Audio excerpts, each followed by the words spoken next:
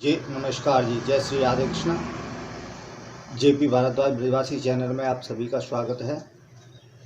मैं जेपी भारद्वाज ब्रजवासी आप सभी भाई बहनों का स्वागत करता हूं। जिस किसी भाई बहनों ने मेरे चैनल को सब्सक्राइब नहीं किया है, कृपया वे सभी सब्सक्राइब करें।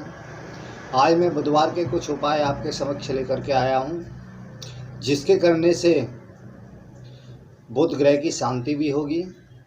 जिसका कुंडली में बुध ग्रह खराब है या दुष्प्रभाव दे रहा है, उसे शांत करने के लिए कुछ उपाय मैं बतलाने जा रहा हूं, और जिससे लक्ष्मी का आगमन भी होगा, क्योंकि बुधवार लक्ष्मी का दिन होता है, जिसके करने से लक्ष्मी का आगमन भी होगा।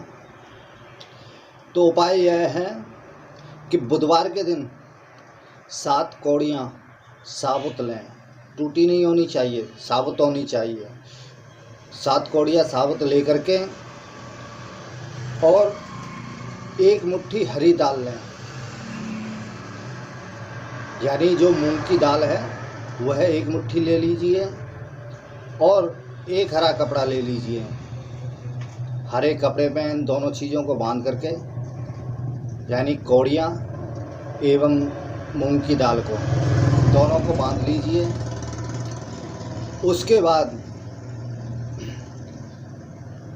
प्रातःकाल में इनको मंदिर की सीढ़ियों पर रख दीजिए, जिसके करने से आपके घर में लक्ष्मी की प्राप्ति होगी। आपका जहाँ भी धन फंसा हुआ हो वह निकल कर के आएगा। आपकी आमदनी नहीं हो रही हो तो आमदनी कराएगा, एवं व्यापार में भी आपको लाभ दिलाएगा, क्योंकि बुध एक व्यापार कारक ग्रह भी है, इसलिए व्यापार में भी आपको लाभ अवश्य दिलाएगा।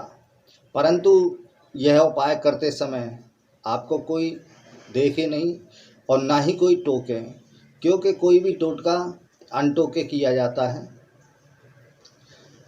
कोई अगर टोकता है तो उसका शुभ प्रभाव आपको नहीं मिल पाता, वह खंडित हो जाता है। तो इसलिए बिना टोके पूरी आस्था के साथ, श्रद्धा भाव के साथ आप मंदिर की सीढ़ियों पर रखिए, आपको अवश्य ही लाभ प्राप्त होगा।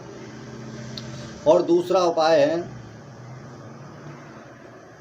कि आप बुधवार के दिन हरे रंग की चूड़ियाँ हिजड़ों को दान करिए, जिससे आपका बुध ग्रह दुष्प्रभाव दे रहा है वह शुभ प्रभाव देने समर्थ हो जाएगा।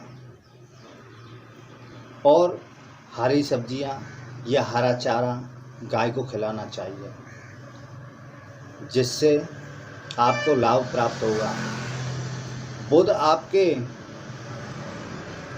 कुंडली में अगर दुष्प्रभाव दे रहा है तो वह शुभ प्रभाव देने लगेगा। और तीसरा उपाय है कि बुधवार के दिन गणेश जी के मंदिर में जाकर के मूंग के लड्डुओं, मूंग की दाल के लड्डुओं को भोग लगाएं और बच्चों को भी बांटें, जिसके करने से